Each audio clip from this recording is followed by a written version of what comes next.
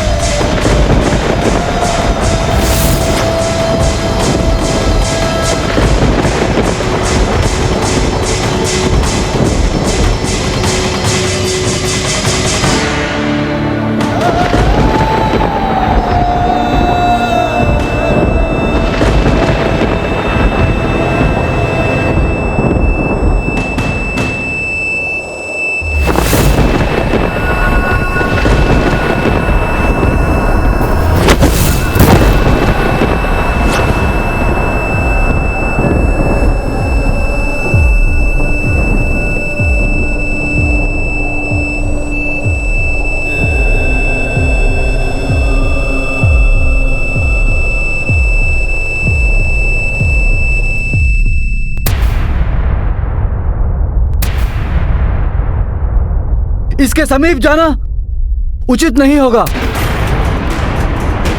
संभव है ये भी इस दुष्ट की कोई माया हो।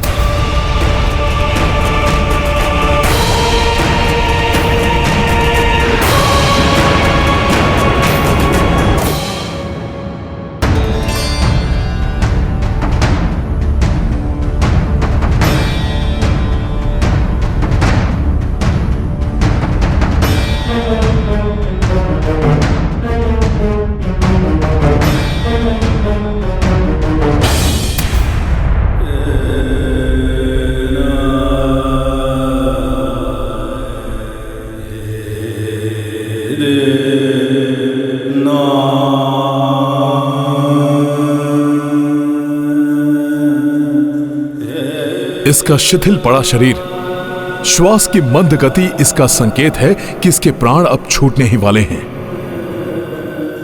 दशानन मरणासन है।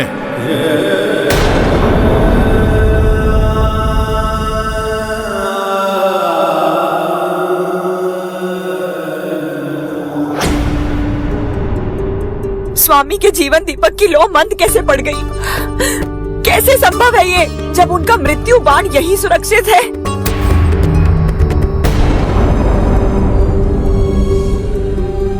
ओम ओम जोम शा, ओम जोम सोम स्वा, ओम जोम सोम स्वा, ओम जोम सोम स्वा।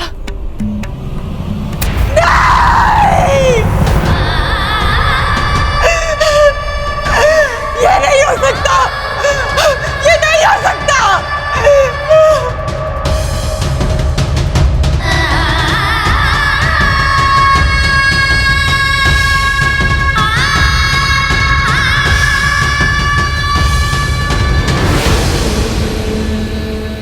अपनी अंतिम सांसें गिन रहा है ये दुष्ट। अंततः धर्म ने अधर्म को परास्त कर ही दिया।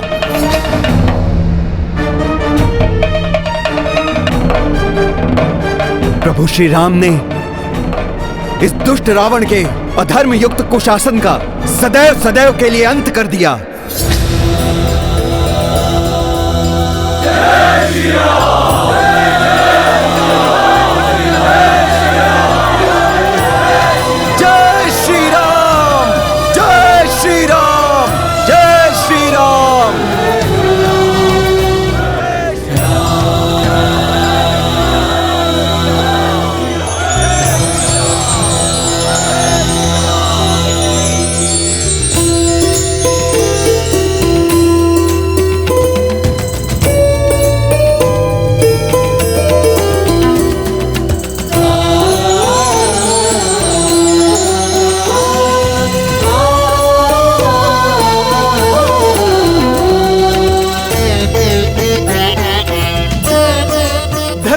हुआ रावण।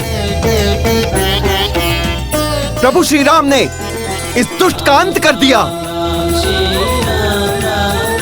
धर्म की जीत हुई है, विजयी हुए हैं हम। जय श्री राम। रुकिए, रुक जाइए आप सभी। ये क्या कर रहे हैं आप? आपका ये कृत्य प्रभु श्री राम के सैनिकों को शोभा नहीं देता। युद्ध में पराजित योद्धा का सम्मान करना भी एक योद्धा का परम धर्म होता है। लंकेश के अधर्म और अहंकार हमारे वास्तविक शत्रु थे इस युद्ध में। उनका नाश होने पर उनसे मुक्त शूरवीर योद्धा रावण के मरणासन शरीर का अपमान सर्वथा अनुचित है। इसलिए अब इन्हें वीर गति प्राप्त होने के पूर्व शांति पूर्वक इन्हें अपनी अंतिम श्वास लेने दीजिए। अधर्म की पराजय पर आनंदित होने के साथ हमें यह भी नहीं भूलना चाहिए कि आज संसार एक महाज्ञानी खो रहा है।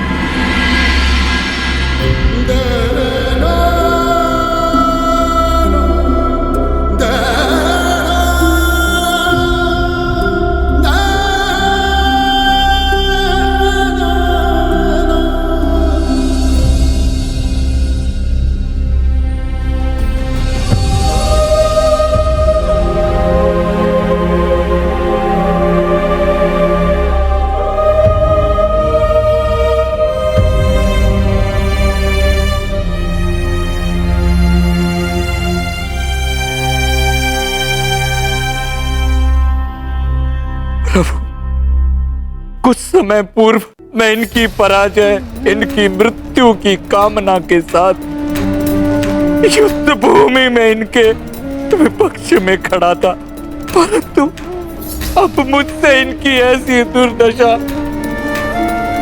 क्यों नहीं सही जाती।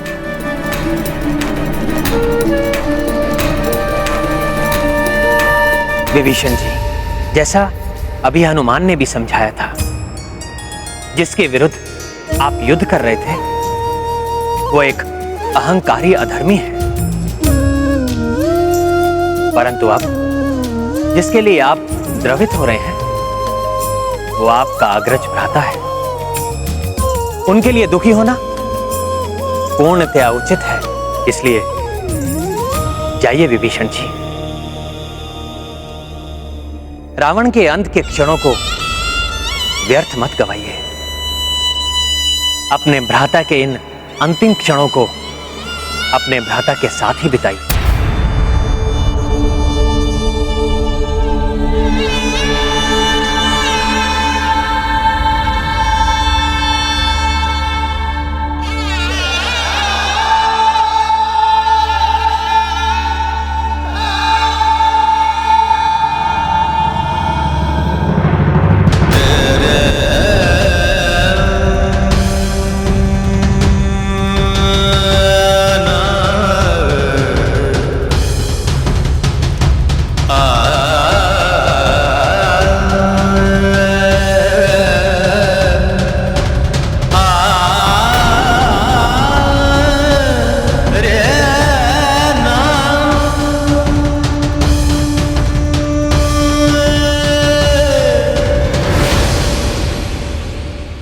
हे भ्राता, कैसा दुर्भाग्य है मेरा। निस्तेज, कांतिहीन, निरीह अवस्था में आपको कैसे देखूं।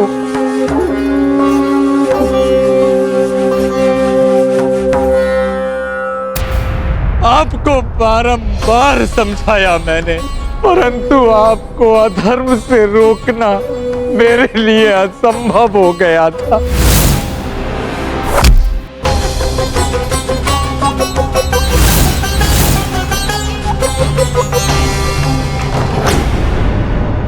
एक और विभीषण जी के लिए यह क्षण घोर दुख और अवसाद के क्षण हैं। क्योंकि वो आज अपने अग्रज को खो रहे हैं। परंतु वहीं दूसरी ओर ये अत्यंत शुभ और प्रसन्नता से परिपूर्ण पल भी है, क्योंकि अब शीघ्र ही प्रभु श्री राम से माता सीता का सुखद पुनर्मिलन होगा। देवी मंदोदरी की व्यथा ने मुझे व्यथित कर दिया है। दुष्ट रावण के कुकर्मों का फल आज उन्हें और संपूर्ण लंका को भी भुगतने पर विवश होना पड़ा है। परंतु आज ये अस्त होते सूर्य देव की शुभ्र आभा को देखकर ऐसा प्रतीत हो रहा है जैसे वो अस्त नहीं उदित हो रहे हो। परंतु ये शुभ संकेत के बाद भी मेरे हृदय में आज के युद्ध को लेकर अनेकों आशंकाएं उत्पन्न हो रही हैं, क्योंकि मेरे स्वामी के पास से शुभ संवाद आने में इतना विलंब हो रहा है। आप निश्चिंत रहें देवी, प्रभु का कोई अनिष्ट नहीं हो सकता। आपका कथन सत्य है त्रिजटा, परंतु आज मैं अनेकों आशंकाओं से ग्रस्त हूँ। कहीं ये शुभता लंकाधिपति के लिए तो नहीं, कहीं मेरे स्वामी किसी संकट में तो नहीं। माता सीता तो बड़ी अधीरता से इस शुभ समाचार की प्रतीक्षा कर रही होंगी। संभव है उन्हें ज्ञात भी न हो कि युद्ध का परिणाम क्या हुआ है। मुझे तुरंत जाकर उन्हें यह समाचार देना चाहिए। जय श्री राम।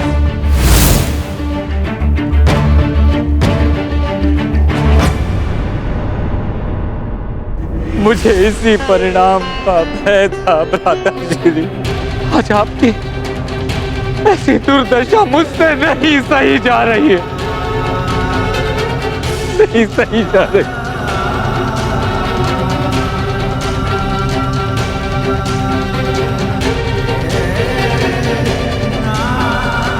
विकम्बद विजेता मेरे भ्राताश्री इस समय पृथ्वी पर समर्थहीन निर्बल असहाय पड़े हैं। जिस अधर्म ने मुझे आपसे दूर किया, अब तो उसका परित्याग कर प्रभु श्री राम को अपने हृदय में धारण कीजिए। वो आपके सभी पापों को क्षमा कर आपको मोक्ष दान देंगे।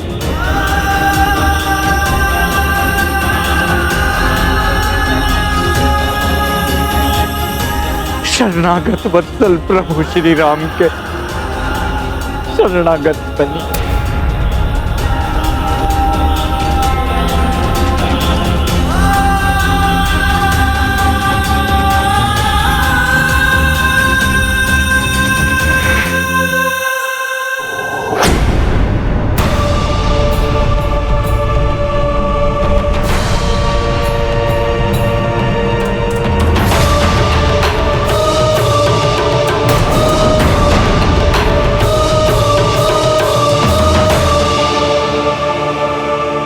आप धर्म से मुख मोड़ रहे, ऐसा मत करिए भ्राताश्री। अब तो मेरा कहा मान लीजिए भ्राताश्री।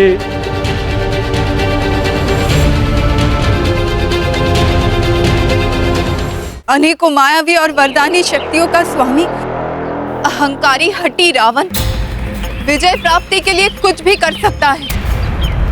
इसलिए आज के युद्ध को लेकर मैं चिंतित हूँ। देवी, आपकी चिंता व्यर्थ है। इतने शुभ संकेतों के बाद भी आप शंकित क्यों हो रही हैं?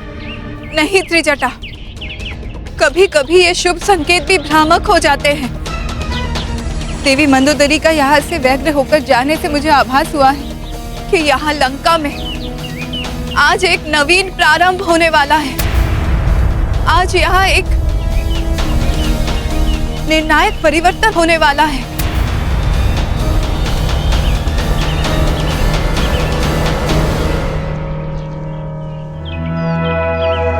आप सर्वथा उचित कह रही हैं माता।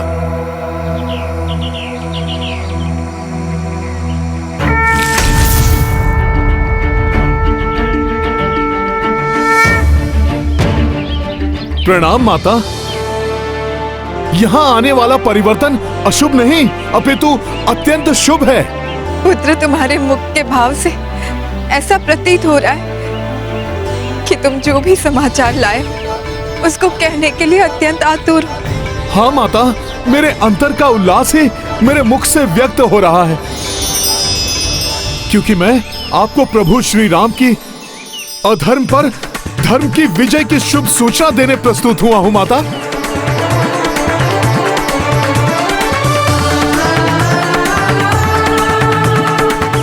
माता, अंततः प्रभु ने रावण को परास्त कर दिया और अब रक्षराज दशानन मरणासन अवस्था में है। माता, फिर आप रो क्यों रही हैं?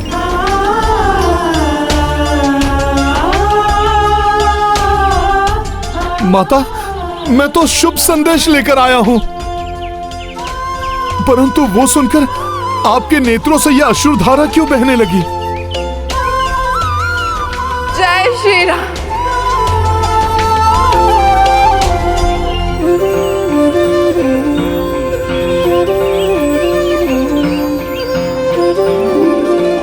माता, समझा, जो प्रसन्नता आप शब्दों में व्यक्त नहीं कर सकती, वो अश्रु रूप में प्रकट हो रही है माता। हाँ हनुमान, नकारात्मक परिवेश में भी भय, संशय और अनिष्ट की आशंकाएं हृदय में घर कर लेती है। अच्छे में भी बुरा दिखाई देने लगता है। कदाचित मेरे साथ भी ऐसा ही हुआ है। मुझे अपने स्वामी के बल पर संदेह नहीं, परंतु हाँ, मुझे ये निराशा सता रही थी, जिससे आज मुझे मुक्ति मिली है। मैं अत्यंत प्रसन्न हूँ हनुमान। मैं अत्यंत प्रसन्न हूँ हनुमान, परंतु मेरे स्वामी की विजय का श्रेय तो तुम्हें ही जाता है। तुम्हारे बिना ये संभव नहीं था हनुमान। जो कुछ भी तुमने किया, उसके लिए तुम्हारा धन्यवाद करने के लिए शब्द ही नहीं है मेरे पास। माता, ऐसा ना कहें। मैं तो मात्र प्रभु श्री राम का एक सेवक हूं। माता, मैंने जो भी किया वो तो उन्हीं के नाम की महिमा का परिणाम है। और माता, प्रभु ने तो अंतिम युद्ध एकाकी ही लड़ा था, जिससे आपको कष्ट देने का दंड उस दुष्ट को वे स्वयं दे सकें। माता, यहां आपने अनेक यातनाएं भोगी हैं। माता, अब दुख के मेघ सदा के लिए छट जाएंगे। माता, अब शीघ्र ही वो शुभ घड़ी आएगी जब प्रभु और आपका सुखद मिलन होगा। माता, मुझे विश्वास है प्रभु श्री राम आपको शीघ्र ही अपने समीप बुलाने का प्रबंध करेंगे।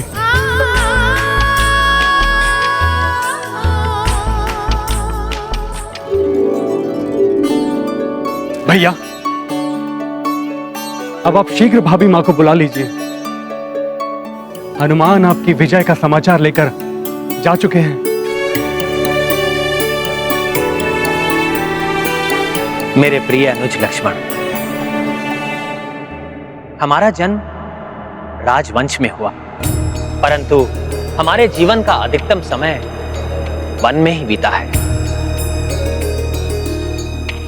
बाल्यकाल में गुरु विश्वामित्र के सानिध्य में और उसके पश्चात 14 वर्ष के वनवास में इस समय हमने ऋषि मुनियों की बहुत सेवा की, धर्म के मर्म को सीखा, जाना, परंतु राजनीति का ज्ञान सीखने का कभी कोई अवसर ही नहीं मिला हमें। परंतु अब राजनीति का महाज्ञान सीखने का समय आ गया है लक्ष्मण।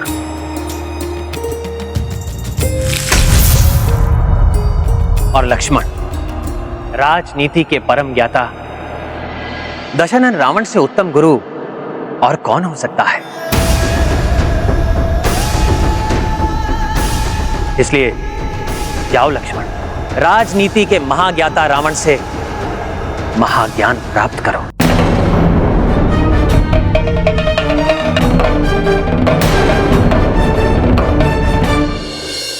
भैया, मैं कल्पना में भी आपकी आज्ञा का उल्लंघन नहीं कर सकता, परंतु अधर्मी रावण से ज्ञान प्राप्त करने का क्या औचित्य है? मैं समझ नहीं पा रहा हूं भैया। लक्ष्मण भैया, रावण युद्ध भूमि में अपनी अंतिम श्वास गिन रहे हैं। वो राजनीति के महाज्ञानी, राजकाज में दक्ष, महाप्रतापी दशानन रावण हैं,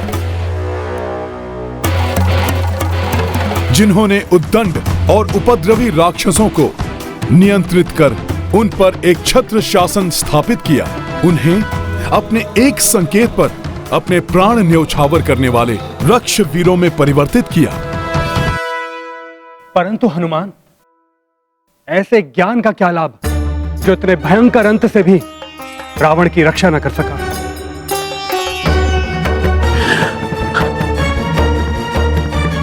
राजधर्म से भटकने के कारण ही उनकी ये अवस्था हुई, जिसका बोध उन्हें स्वयं भी होगा। ऐसी भीषण परिणति से बचाव के लिए राजा को किन प्रवृत्तियों और किस प्रकार के आचरण से अपना बचाव करना चाहिए, इसकी सीख देने के लिए रावण से अधिक उपयुक्त और कौन हो सकता है भला?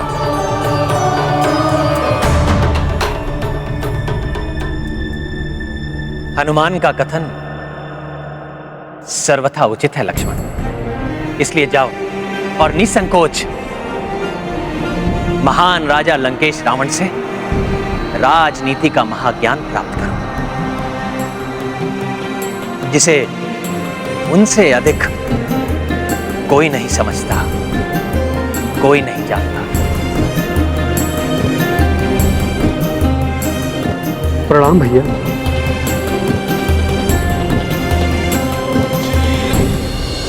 राजहंस के समान नीर शीर विवेकी हैं प्रभु श्री राम। जैसे राजहंस नीर और शीर को पृथक करने की अद्भुत क्षमता रखते हैं, उसी प्रकार प्रभु श्री राम अपने परम शत्रु के गुण और दोष को पृथक कर उसके दोष के लिए दंड और गुणों के लिए सम्मान देने की बुद्धिमता रखते हैं। इसलिए उन्होंने लक्ष्मण को रावण से शिक्षा प्राप्त करने के लिए भेजने का निर्णय लिया है, और उनके परम भक्त हनुमान ने भी उनके संस्कार को भली भांति ग्रहण किया है। इसलिए वो भी रावण के श्रेष्ठ गुणों को समझकर लक्ष्मण को रावण के पास जाने के लिए मना पाए।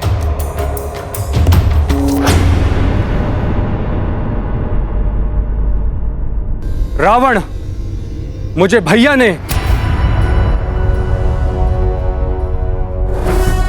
दशानन, मुझे भैया श्री राम ने आपसे राजधर्म और राजनीति की शिक्षा ग्रहण करने भेजा है।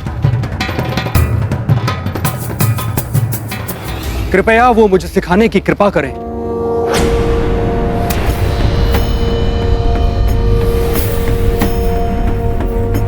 मैं पुनः आग्रह करता हूं, मुझे अपने अग्रज के आदेश को पूर्ण करने दें।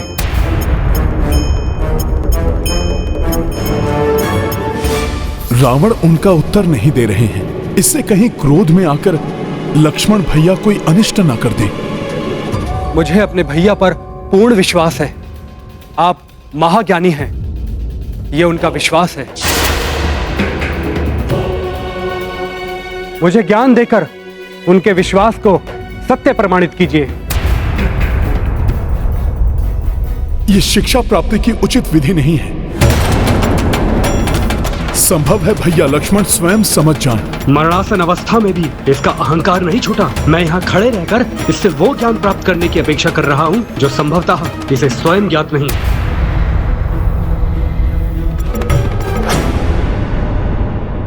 मैं क्षमा चाहता हूँ भैया, परंतु उस दंभी रावण ने मेरी ओर देखा तक नहीं। कदाचित उस पापी को राजधर्म का कोई ज्ञान है ही नहीं। लक्ष्मण, रावण दुष्ट एवं अधर्मी अवश्य है, परंतु समस्त वेदों का ज्ञाता होने के नाते वो किसी भी सच्चे जिज्ञासु को निराश नहीं होने देंगे, भले ही वो उनका शत्रु भी क्यों ना हो। हनुमान, आपने भी तो देखा था, मेरे वहां खड़े रहने पर भी रावण की कोई भी प्रतिक्रिया नहीं हुई।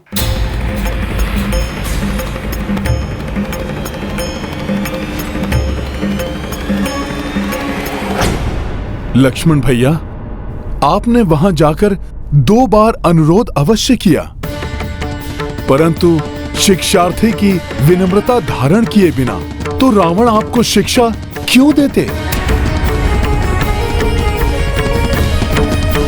लक्ष्मण भैया, जिनसे ज्ञान प्राप्त करना हो उनके शीश की ओर नहीं, अपितु उनके चरणों में जाकर विनय पूर्वक निवेदन करना अनिवार्य होता है।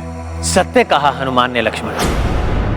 तुम रावण के समीप उसी भाव से जाओ जिस भाव से तुम गुरु वशिष्ठ जी के पास जाते। गुरु से कुपित होकर, उसको हीन समझकर कोई कैसे ज्ञान प्राप्त करने की अपेक्षा कर सकता है? मैं अपनी भूल के लिए क्षमा चाहता हूं भैया। मैं पुनः रावण के समीप जाकर उनसे विनम्र भाव से अनुरोध करता हूं।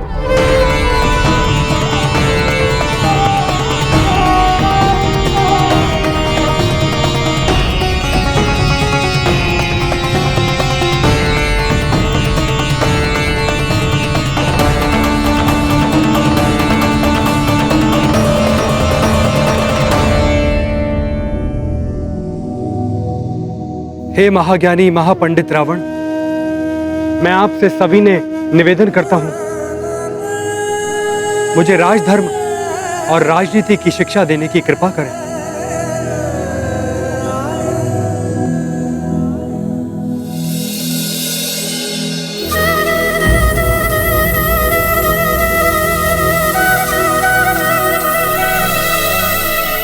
कितने शीघ्र राम और हनुमान लक्ष्मण को कुपथ से सुपथ पर ले आए। कितना प्रभावशाली, कितना संस्कारी, दिव्यता से परिपूर्ण व्यक्तित्व है इन दोनों का।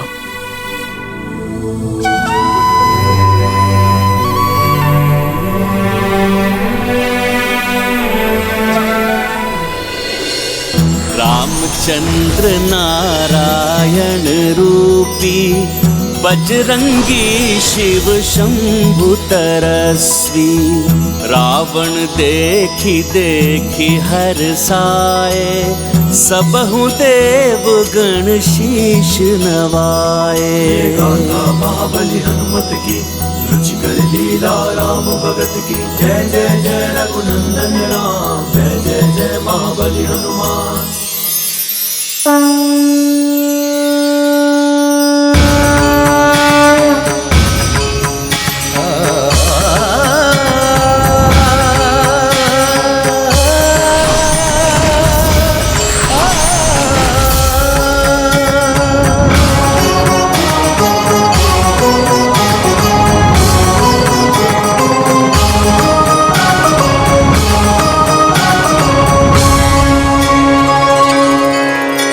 हे दशानंद, क्या आप मुझे शिष्य रूप में स्वीकार करने की कृपा करेंगे? स्वयं नारायण और महादेव ने आपको मेरे पास भेजा है लक्ष्मण। स्वीकार करने की दृष्टता नहीं कर सकता। भ्राताश्री, मैं आप में इस परिवर्तन की प्रतीक्षा कितने समय से कर रहा था। मेरे पास आने से पूर्व ही प्रथम शिक्षा तो प्रभु श्री राम और हनुमान ने दी है आपको। सर्वप्रथम एक राजा का धर्म विनम्रता है। इस ज्ञान को कभी स्वीकार नहीं कर सका, इसलिए मेरा ये दुर्दांत अंत हो रहा है। ये तो श्री राम की महानता है, जो सर्वज्ञात होते हुए भी उन्होंने आपको मुझसे ज्ञान प्राप्त करने के लिए भेजा।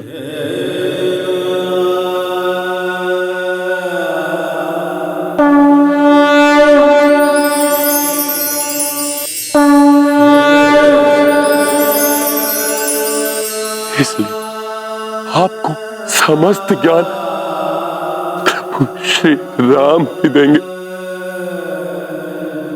जिन्होंने मुझ जैसे शत्रु को भी सम्मान देकर अंत समय में मुझे कृतार्थ किया।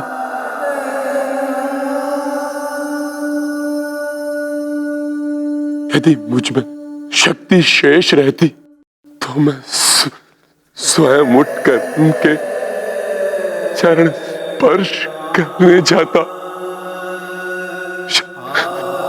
क्षमा याचना करता मैं उनसे, परंतु मेरे पापों ने मुझे इसमें भी असमर्थ कर दिया। इसलिए यदि वो चाहते हैं कि मैं आपको शिक्षा प्रदान करूं, तो मैं ये कार्य सहर्ष करूंगा।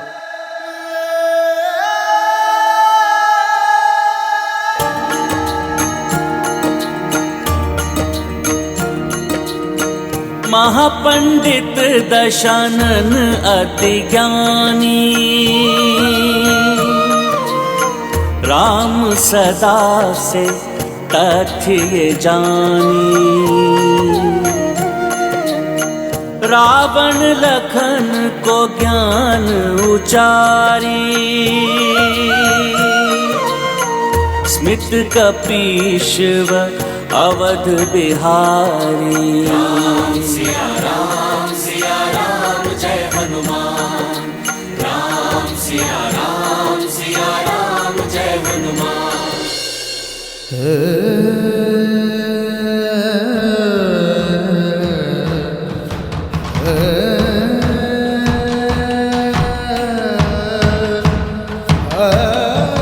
मैं आपको इतना ही ज्ञान दे सकता था लक्ष्मण,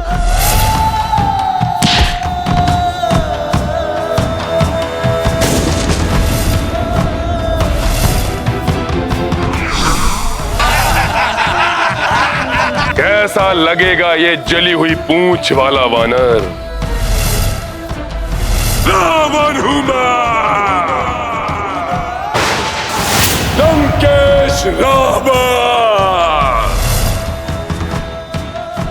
परंतु इसका स्मरण अवश्य रखें कि अहंकार को अपने समीप भी मत आने देना, अन्यथा मेरे समान ही आपका भी संपूर्ण ज्ञान व्यर्थ हो जाएगा।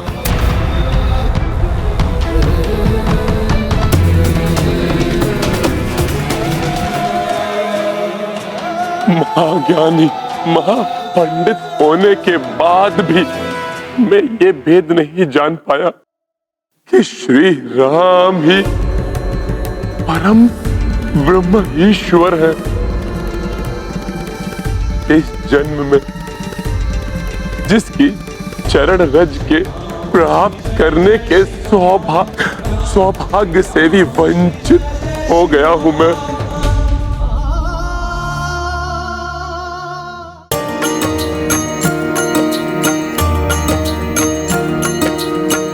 दिव्य रूप दर्शन दे डारी, राम हरि कपि शिव भंडारी। विष्णु विश्व रूप रघुराई, शांति पुंज शंकर कपि भाई। राम सिया राम जय हनुमान। सृष्टि समग्र ब्रह्मांड समस्ता, शिव विष्णु मह उपजेव अस्ता। जीवन मरण के ये ही नियंता, ये ही आदि और ये ही अनंता।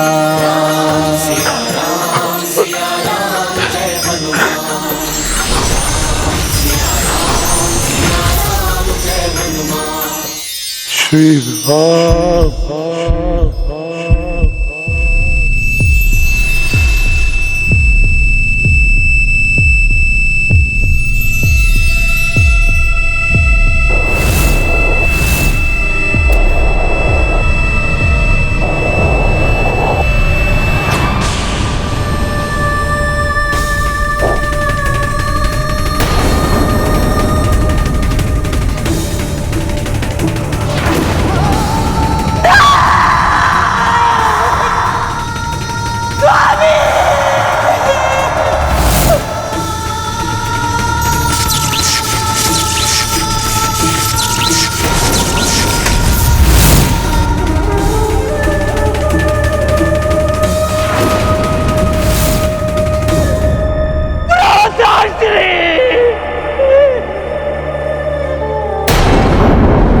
भगवान शिव के लिए रावण की अतुलित भक्ति का ही परिणाम है कि प्रभु श्री राम के हाथों मृत्यु पाकर उसे मोक्ष प्राप्ति का सौभाग्य मिला।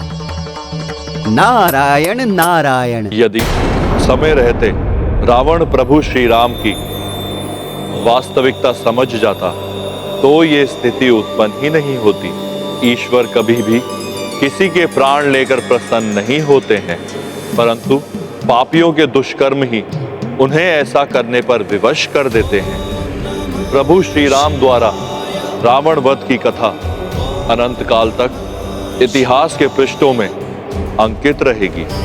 ये अविस्मरणीय कथा भावी पीढ़ियों के लिए एक प्रेरणा स्रोत भी बनेगी।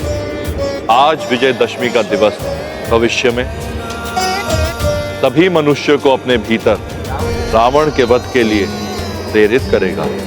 वास्तव में सभी के भीतर इंद्रिय रूपी 10 शीश रूपी रावण होता है।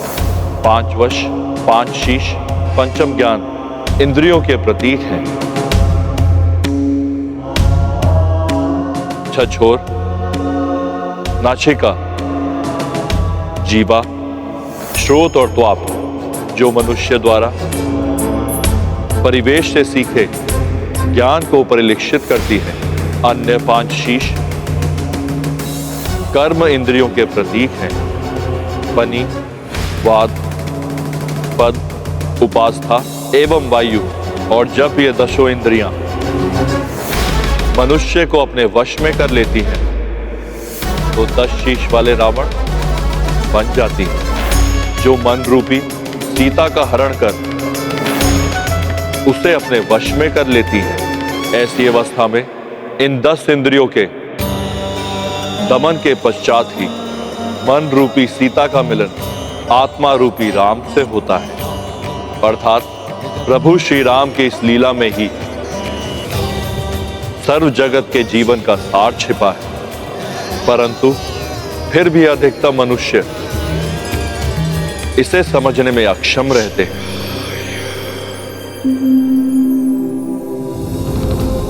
भैया, आज मैं स्वयं को अनाथ के समान प्रतीत कर रहा हूँ। मेरा कहा मान लेते तो ऐसा नहीं होता भैया, हम सुख से रहते। परंतु दुख बांटने से दुख मिट जाता है। इस समय विभीषण जी को मेरी आवश्यकता है। ये कैसे संभव है? नहीं हो सकता ये। दुर्भाग्यवश यही हुआ है। एक अभागे पिता का दुर्भाग्य ही है जिसे अपनी पुत्री के सुहाग के अंत का समाचार सुनाने पर विवश होना पड़ रहा है।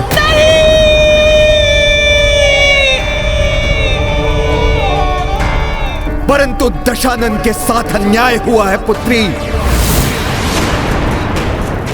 राम ने उसकी नाभि पर बाण मारकर उसका वध किया है,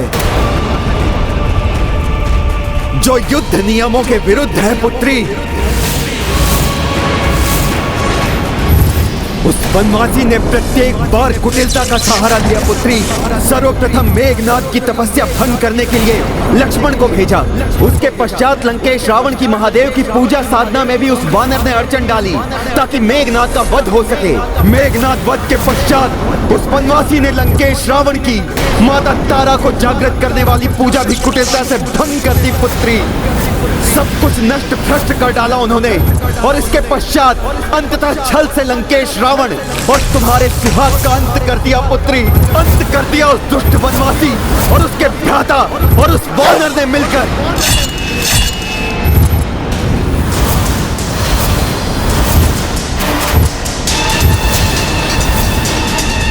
लक्ष्मण, हनुमान और राम सभी ने अधर्म किया है। घोर अन्याय हुआ है इस पतिव्रता के साथ। छल से वध हुआ है मेरे स्वामी का। अधर्म है ये, घोर अधर्म।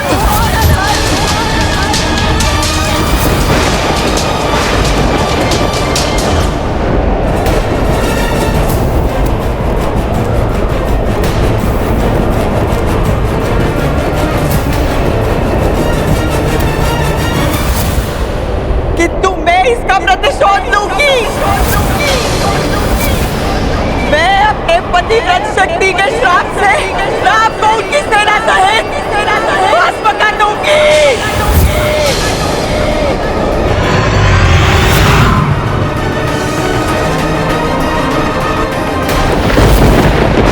किसी को क्षमा नहीं करूंगी मैं।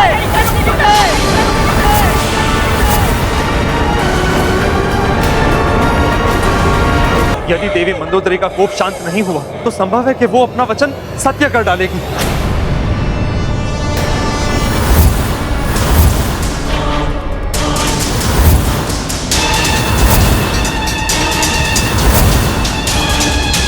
उस वनवासी और वानर के विरुद्ध पुत्री मंदोदरी के मन में मैंने जो विष घोला वो युक्ति सफल रही।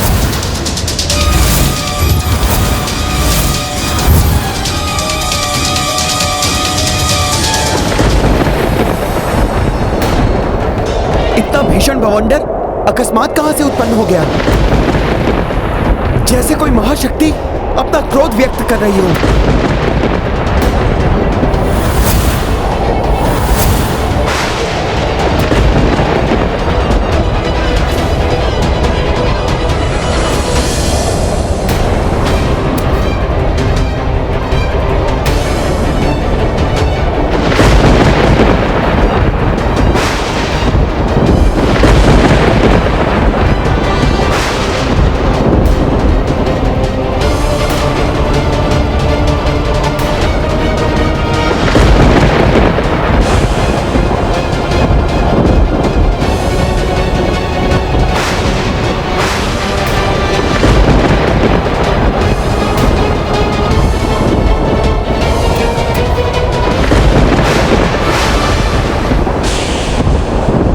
महारानी मंदोदरी यहाँ?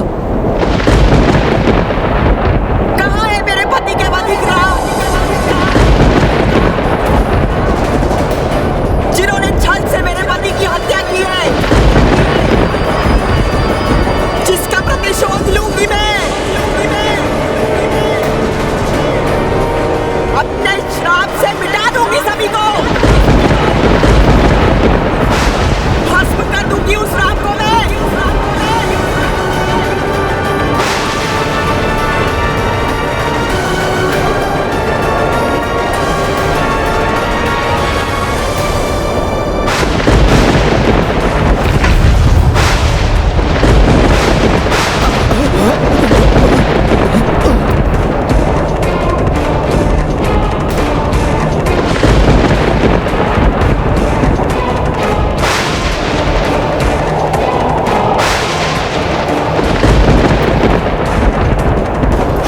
मेरी पुत्री रावण के वध का प्रतिशोध अवश्य लेगी। उसके कोप से कोई भी सुरक्षित नहीं रहेगा, ना ही राम, ना ही हनुमान और ना ही वानर सेना।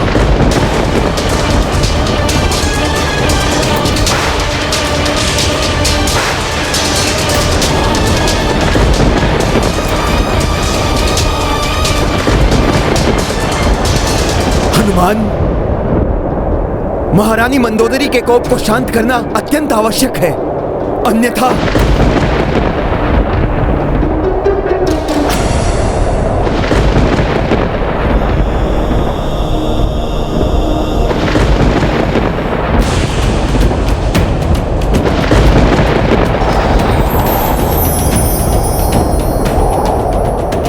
देवी मंदोदरी का दुखी होना उचित है। यदि वो ये समझती हैं कि मैंने कोई अधर्म किया है या मुझसे कहीं कोई अमर्यादित व्यवहार हुआ है, तो वो जो भी श्राप देंगी मैं अपनी मर्यादा का पालन करते हुए स्वीकार कर लूंगा। नहीं प्रभु,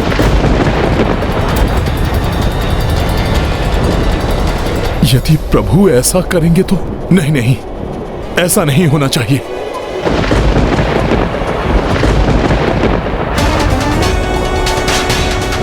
पतिव्रत के तेज से तो ब्रह्मांड कंपित हो उठता है। त्रिदेव विवश हो जाते हैं।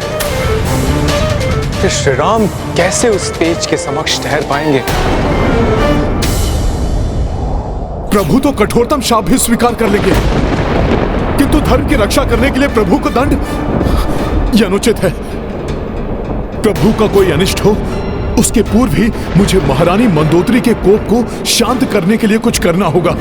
हाँ, कुछ करना होगा मुझे। प्रभु श्री राम के बाण से कभी भी कोई अधर्मी नहीं बच सकता और न ही किसी निर्दोष पर प्रभु का बाण प्रहार करता है। ऐसे मर्यादा पुरुषोत्तम है श्री राम। मामा जामवंत का कथन असत्य नहीं हो सकता। मात्र अधर्मियों का नाश किया है प्रभु के बाणों ने।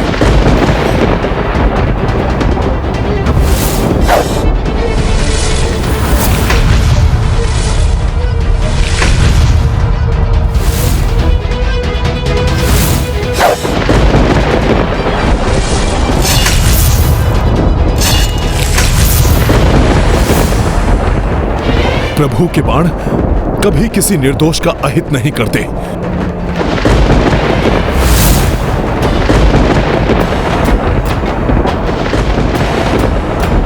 प्रभु,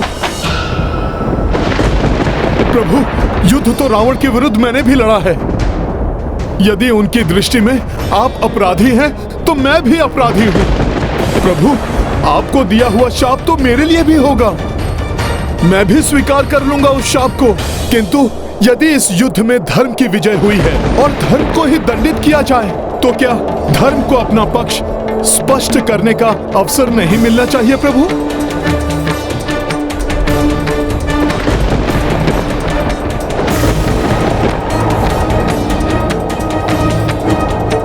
कथन तो तुम्हारा उचित है हनुमान। तो मुझे उनके समक्ष अपना पक्ष रखने की अनुमति दीजिए। और यदि फिर भी वो हमारे कृत्य को अधर्म मानती हैं, तो मैं स्वयं उनसे कह दूंगा कि आप अपने शाप से भस्म कर दीजिए हम दोनों को। तुम ऐसा कर सकते हो हनुमान। किंतु प्रभु, इसके लिए मुझे आपके एक बाण की आवश्यकता है।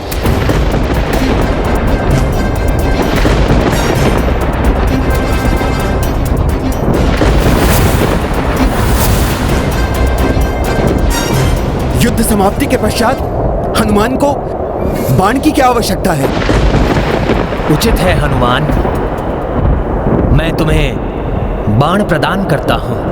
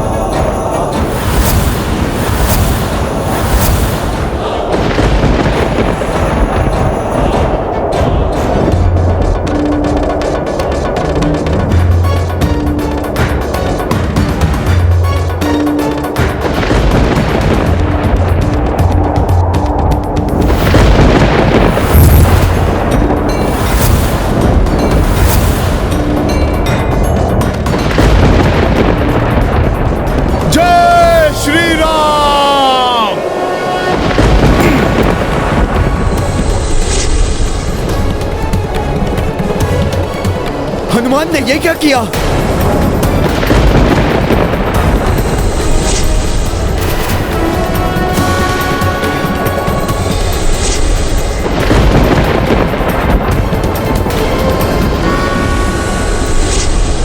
ये बाण तो महारानी मंदोदरी को आहत कर देगा।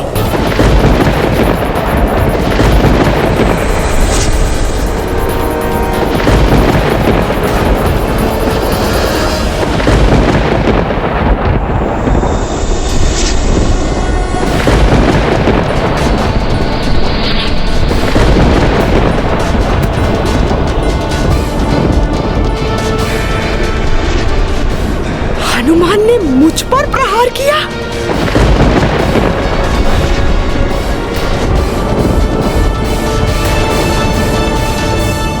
आश्चर्य है, हनुमान महारानी मंदोदरी पर ही वार कर बैठे। इस प्रकार तो महारानी मंदोदरी का कोप और भी अधिक बढ़ जाएगा। आशा है हनुमान स्वयं के लिए और अधिक संकट उत्पन्न नहीं करेंगे।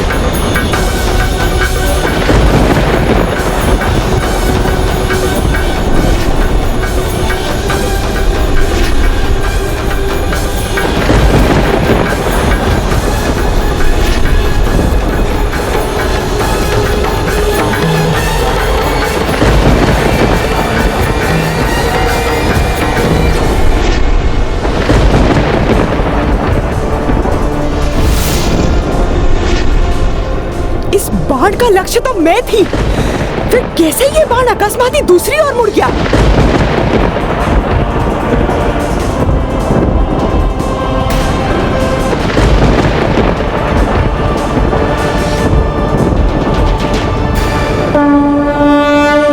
रावण वध से कुपित खड़ी थी, शाप की हठ पतिव्रताड़ी थी।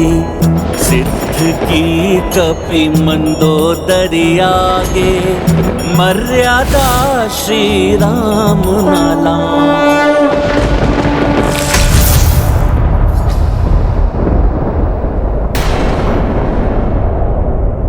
देवी, प्रभु श्री राम के बाण के भांति है प्रभु श्री राम का धर्म पालन। अडिग है उनकी मर्यादा, और आप उन धर्म पालक मर्यादा पुरुषोत्तम प्रभु श्री राम को शाप देने जा रही थी।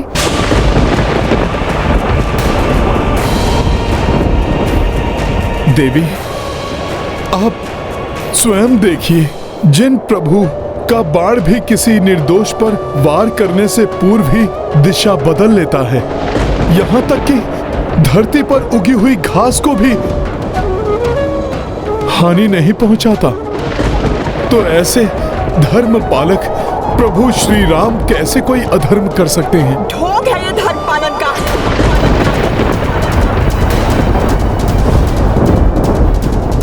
मेघनाथ की पूजा को रोकने के लिए तुम्हें और विभीषण को भेजकर किस धर्म का पालन कर रहे थे तुम्हारे प्रभु?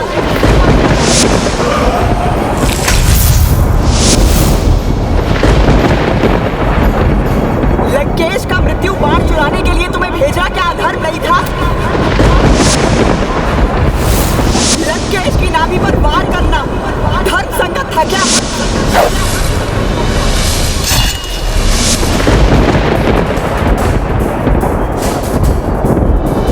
देवी, मेघनाद ने सदैव माया युद्ध करके नियमों को तोड़ा है। पूजा के द्वारा वो और मायावी शक्तियां अर्जित करना चाहता था, इसीलिए उसे रोकना आवश्यक था देवी। और मृत्यु बाण को तो लंकेश ने अधर्म पूर्वक यमराज से छीना था, उसे नियत स्थान से विस्थापित करके सृष्टि का नियम भंग किया था। अतः उस बाण को उसके उचित स्थान पर पहुंचाना आवश्यक था।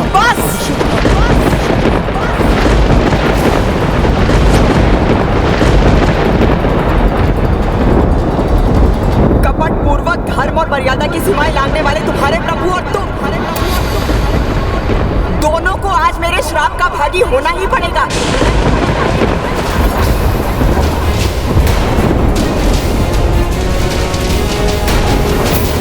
देवी, आपने सत्य कहा, कदाचित प्रभु ही अधर्मी है। अमर्यादित हैं। प्रभु, स्वयंवर में विजयी होने के पश्चात भी उन्होंने विवाह करने से मना कर दिया था, क्योंकि उन्होंने पिता से आज्ञा नहीं ली थी।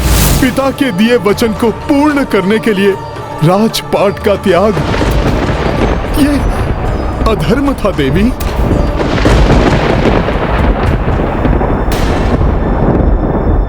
रजत पात्रों और राजसी भोग के स्थान पर मिट्टी के पात्रों एवं कंदमूल फल को अपनाया।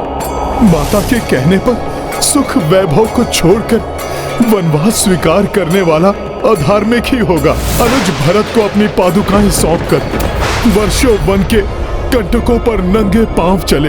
चाहते तो लंकेश को परास्त करने वाले दानवी वृत्ति के बाली से सहायता प्राप्त कर सकते थे, किंतु उन्होंने महाराज सुग्रीव से सहायता ली। मित्र धर्म निभाते हुए उनकी पत्नी एवं राजपाट उन्हें वापस दिलवाया। देवी, मेरे प्रभु है ना अधर्मी? अपने शत्रु के भ्राता विभीषण पर बिना कोई संदेह किए उन्हें शरण प्रदान की। यही नहीं, लंका पर चढ़ाई करने से पूर्व ही उन्होंने विभीषण जी का राज्य अभिषेक करके उन्हें लंका सौंपने का वचन दे दिया,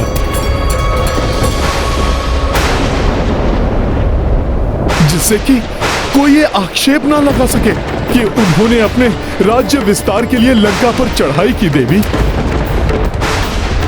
बार बार अधर्म किए हैं प्रभु ने, है ना देवी?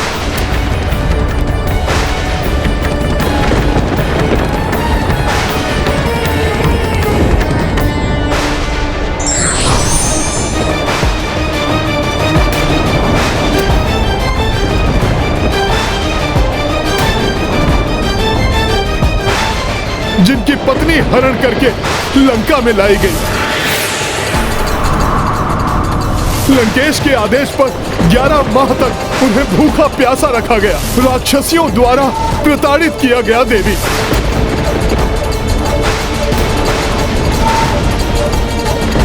सब कुछ जानते हुए भी प्रभु ने लंकेश को बार बार संभलने के अवसर दिए।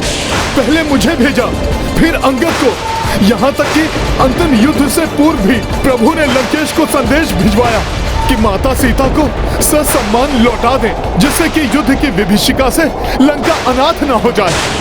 क्या ये भी अधर्म था देवी? अपनी पत्नी को रक्षराज के चंगुल से मुक्त कराने के लिए प्रभु लंका आए। देवी बताइए, क्या अधर्म किया प्रभु ने?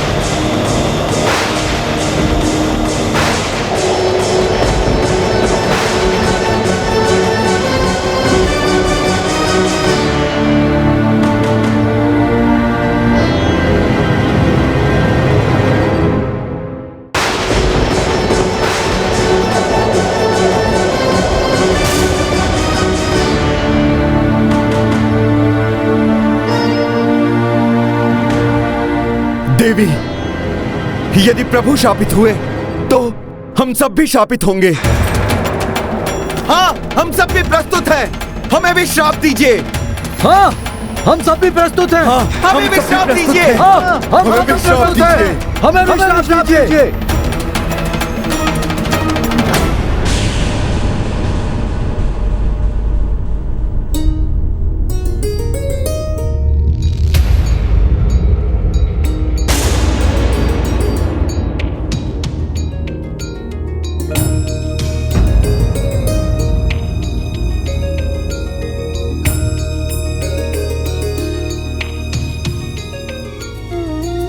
एक पर स्त्री की परछाई के भी स्पर्श से दूर हट जाने वाले, कभी किसी पराई स्त्री की ओर दृष्टि तक ना उठाने वाले, बताइए देवी, प्रभु श्री राम अधर्मी हैं,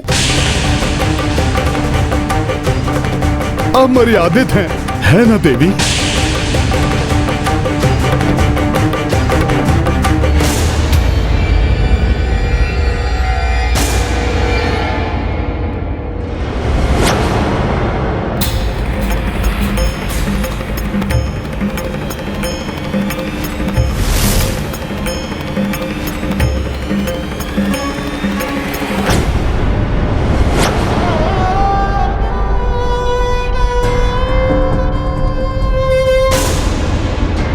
ये तो पर स्त्री की परछाई तक से दूर रहते हैं, जबकि मेरे स्वामी पर स्त्री का हरण करके ले आए।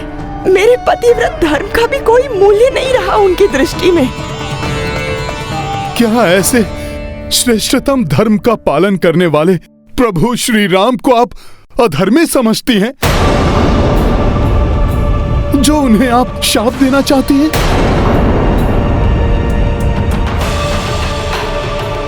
देवी, क्रोध वो घना अंधकार है जो नेत्रों के समक्ष सूर्य की भांति चमकते हुए सत्य को भी छिपा देता है।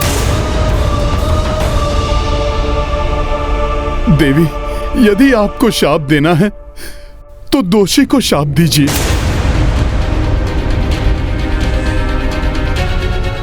निर्दोष को शाप देना अधर्म है।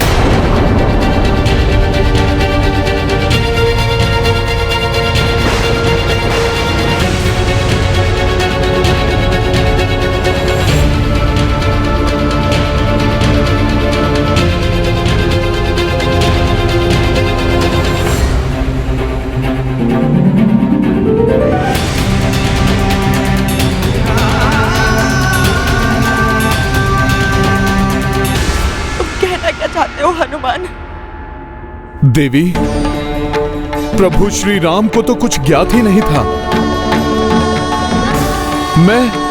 मैं स्वयं गया था मृत्यु बाण लेने।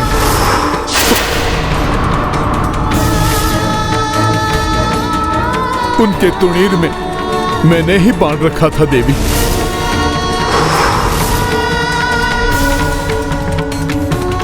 उन्होंने उस बाण को लंकेश के वक्ष पर चलाया था, किंतु उस बाण की दिशा परिवर्तित हुई मेरे वेग से।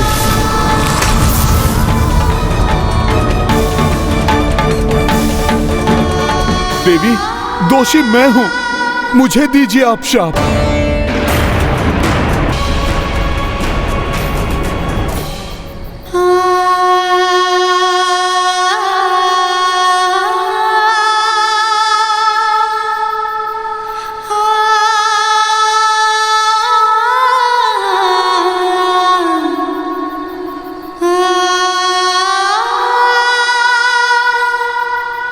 हनुमान ने सत्य ही कहा था।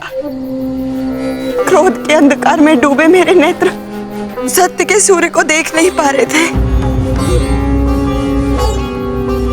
अति विछोह से क्षुब्ध मेरा विवेक धर्म और अधर्म का भेद ही भुला बैठा था। इसीलिए शाप देने चली आई। मुझे क्षमा कर दे मर्यादा पुरुषोत्तम श्री राम।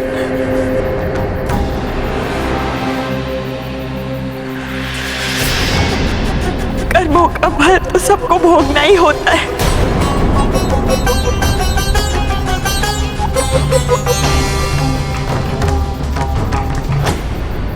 धन्यवाद हनुमान, तुमने समय रहते मुझे अधर्म करने से बचा लिया।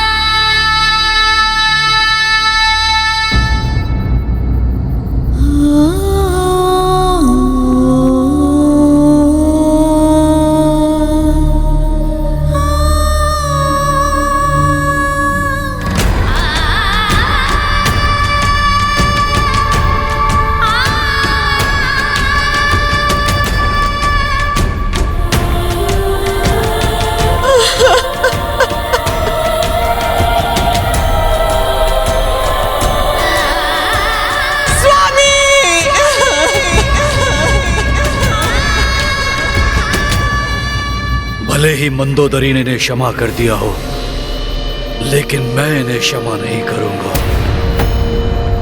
रावण के वध का दंड इन्हें भोगना ही होगा, अवश्य भोगना होगा।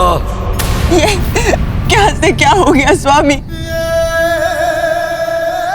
कभी इंद्रदेव जिनसे भयभीत रहते थे, जिन्होंने यमराज को विवश कर दिया, कैलाश को उठा लिया, जिनके नाम मात्र से बड़े बड़े योद्धा प्राणहीन हो जाते थे,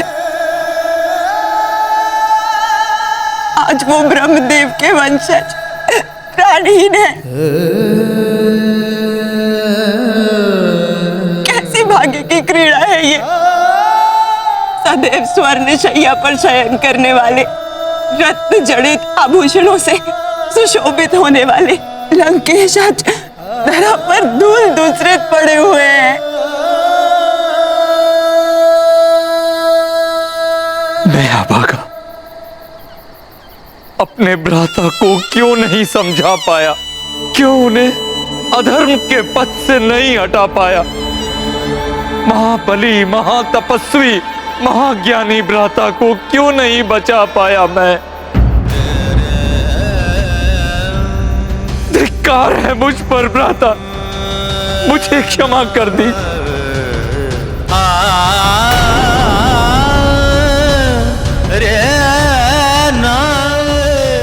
आप दोनों ही नहीं, सारा संसार लंकेश रावण के शौर्य एवं विद्वत्ता से परिचित था। उनका शौर्य तो युगों तक जीवित रहता है। रावण जैसे पराक्रमी के लिए इस प्रकार शोक व्यक्त करके आप इनकी महानता को क्षीण कर रहे हैं। रावण जैसे शूर वीरों की मृत्यु पर विलाप करना पवित्र धर्म शास्त्रों के अनुसार भी वर्जित है। विभीषण जी, देवी मंदोदरी, आप दोनों के लिए यह दुख हृदय विदारक है, किंतु अब इस शोक से उबरकर इन महायोद्धा की अंत्यक्रिया के लिए क्या उचित व्यवस्था करना है, उस पर विचार कीजिए। जिस दृढ़ इच्छा शक्ति से भ्राता रावण शत्रु पर घात करते थे, उतनी ही पवित्रता के साथ वो धार्मिक अनुष्ठानों एवं विधि विधान का अनुसरण भी करते थे। अतः प्रभु, मुझे अनुमति दीजिए कि मैं अपने भ्राता के पार्थिव देह का अंतिम संस्कार पूर्ण विधि विधान के साथ कर सकूं। शत्रुता मात्र तब तक रहती है जब तक शत्रु जीवित रहता है। एक महायोद्धा, महान रक्त सम्राट की अंत्येष्टि पूर्ण सम्मान एवं विधि विधान के साथ आपके द्वारा ही संपन्न की जाएगी विभीषण जी।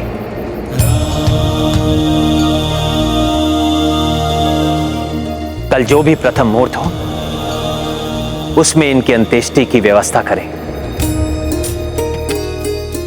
देवी मंदोदरी, आपके दुख से हम भी द्रवित हैं, किंतु अब आपके स्वामी की इस लंका को पुनः गौरवशाली बनाने का दायित्व आपको ही निभाना है। धर्म का पालन करने वाली लंका बनाना है इसे आपको।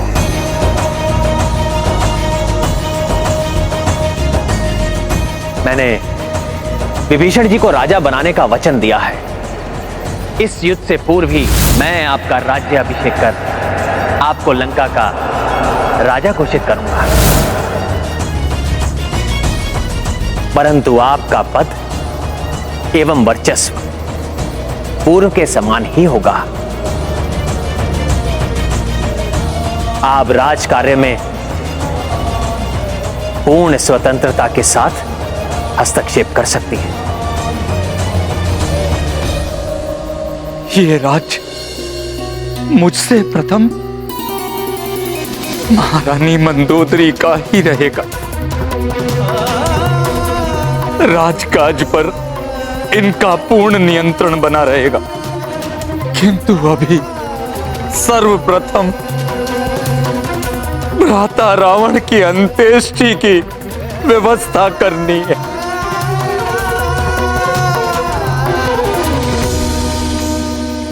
मुझे विश्वास है प्रभु, कल रावण की अंत्येष्टि के तत्काल पश्चात आप सर्वप्रथम माता सीता को बुलावे का संदेश भेजेंगे। माता त्रिजटा, लंका एवं देवी मंदोदरी के लिए जितनी कठिन आज की ये रात्रि है, उतनी ही कठिन मेरे लिए भी है।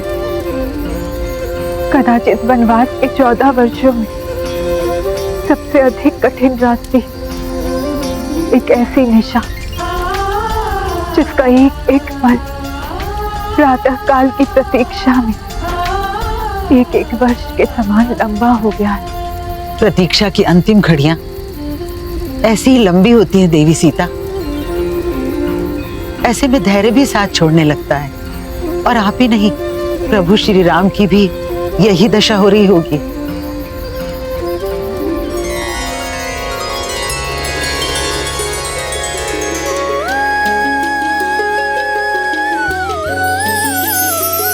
सीता, मेरी प्राण वल्लभ है, मैं जानता हूं ये तुम्हारी ही पवित्र आभा है।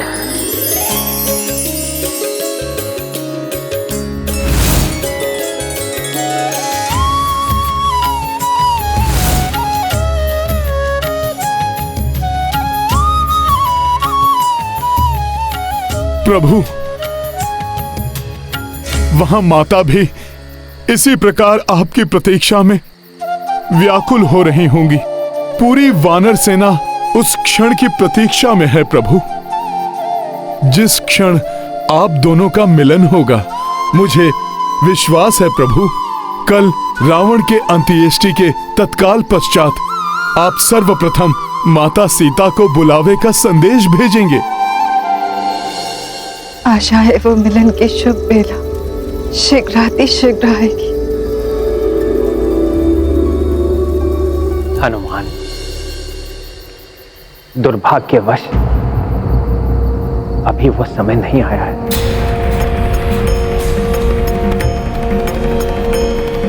अपने जमाता के वध का प्रतिशोध लिए बिना शांत नहीं होगा ये दानव शिल्पी मैं। जागृत करूंगा मैं मेरे जमाता रावण के भ्राता शतानन को। महाशक्तिशाली 100 शीशधारी रावण को राम और हनुमान सहित पूरी वानर सेना को समाप्त करने का जो कार्य इंद्रजीत मेघनाथ नहीं कर पाया, महाशक्तिशाली रावण नहीं कर पाया, मंदोदरी नहीं कर पाई, वो कार्य करेगा रावण से भी महान योद्धा, अजय, महाशक्तिशाली शतानन रावण।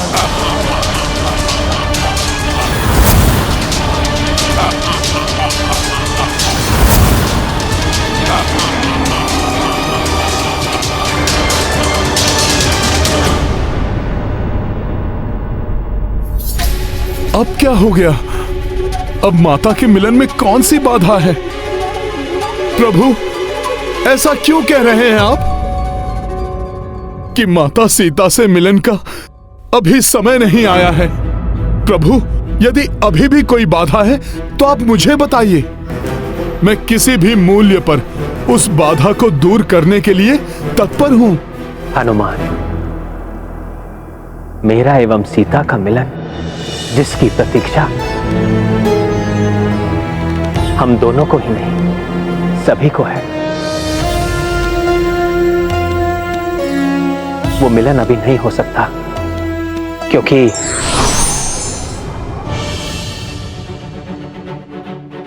ये सत्य है कि सीता के राम अपनी प्राण वल्लभा से मिलने को आतुर है। किंतु ये भी स्मरण रखो कि तुम भावी अयोध्या नरेश राजा बनोगे तुम, और एक राजा को अपनी निजी भावनाओं को नहीं, अपनी मर्यादाओं को प्राथमिकता देनी चाहिए।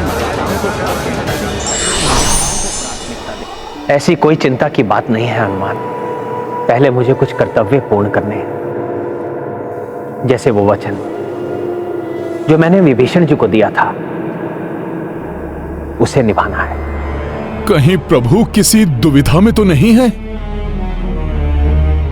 प्रभु, यदि ऐसा है तो मैं स्वयं जाकर विभीषण जी के राज्य अभिषेक की व्यवस्था आरंभ कर देता हूँ, जिससे कि कल रावण का दाह संस्कार होते ही अविलंब पूर्ण विधि विधान से विभीषण जी का राज्य अभिषेक संपन्न हो सके और हम माता सीता का स्वागत कर सकें। प्रणाम प्रभु।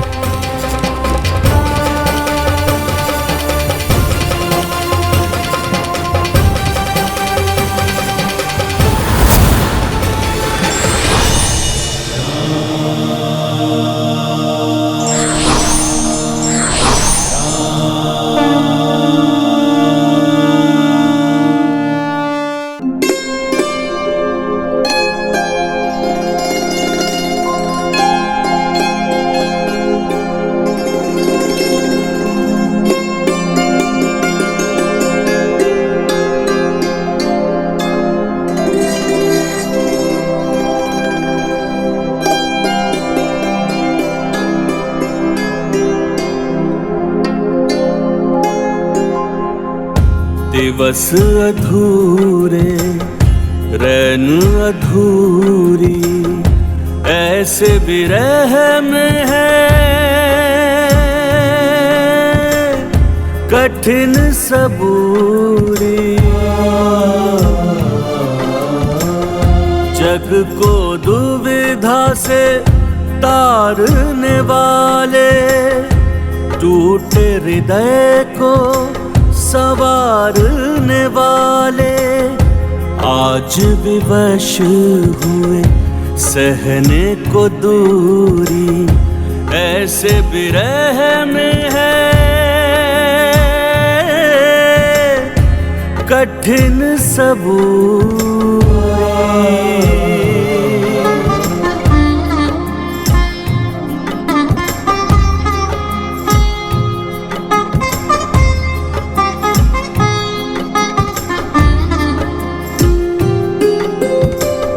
असमंजस में उधर रघुराई, बाध्य इधर देखो जानकी माई, नैना जो बरसे तो तरस को तरसे, तरस को तरसे जो नैना वो बरसे, तड़पत देखो मयूर मयूरी ऐसे विरह में है, कठिन सबूरी।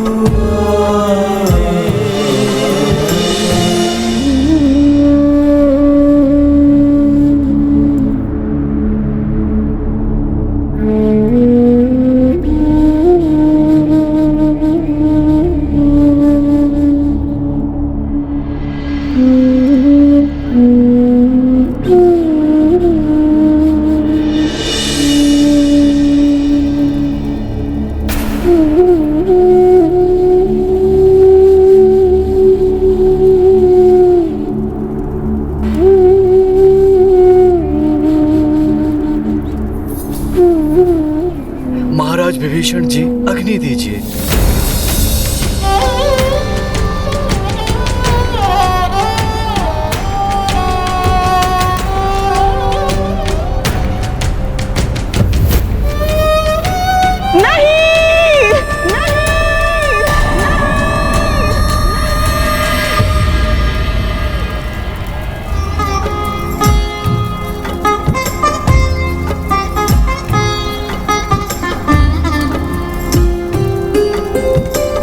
जग के स्वामी स्वामिन दोनों विवश है एक दूजे बिन देखो, मन जब व्याकुल हृदय भी आकुल, हृदय है आकुल तो मन भी व्याकुल, विकट प्रतीक्षा की तरस मजूरी, ऐसे विरह में है कठिन सबूर।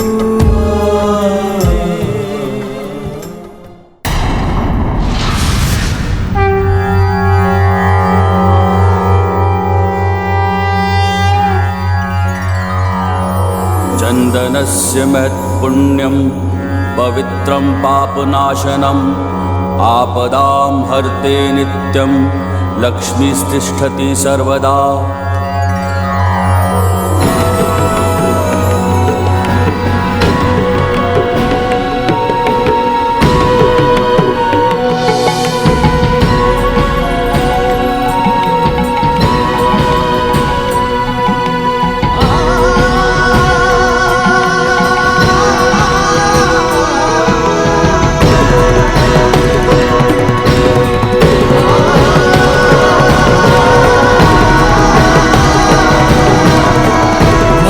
विभीषण की, महाराज विभीषण की, महाराज विभीषण की, महाराज विभीषण की, महाराज विभीषण की, महाराज विभीषण की।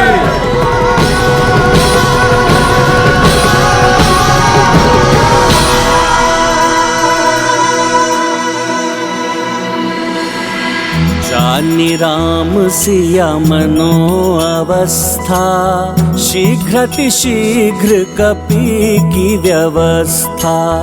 विभीषण राजाभिषेक कराई, लंका के सिंहासन पे बिठाई। ये गाथा महाबली हनुमत की, रुचिकर लीला राम भगत की। जय जय जय रघुनंदन राम, जय जय जय महाबली हनुमान। महाराज विभीषण की, महाराज विभीषण की, महाराज विभीषण की। ये घड़ियां अब इतनी लंबी क्यों होती जा रही है और कितनी प्रतीक्षा कराएंगे मेरे स्वामी।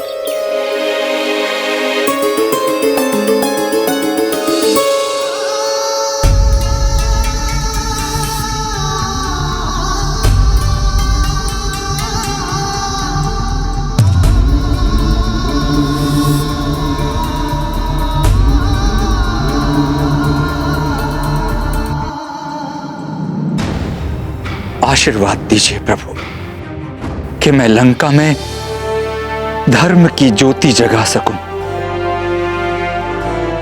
एक अच्छे राजा की भांति लंका की प्रजा की सेवा कर सकूं। महाराज विभीषण जी, आप भी स्वयं धर्म का पालन करने वाले राजा हैं, इसलिए मुझे विश्वास है आपके सुशासन में लंका की प्रजा अवश्य ही धर्म के पथ की ओर अग्रसर होगी। आपकी हितकारी नीतियों के बल पर लंका पुनः सुख एवं समृद्धि को प्राप्त होगी। मेरा आशीष सदैव आपके साथ है।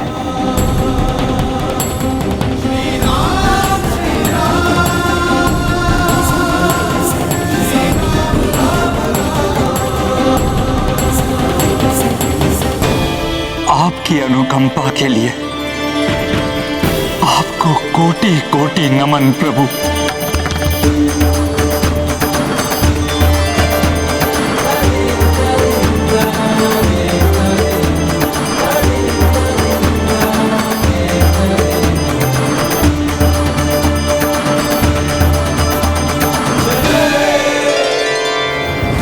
अब तो समस्त कार्य संपन्न हो गए, अब विलंब क्यों कर रहे हैं प्रभु माता सीता को बुलाने में।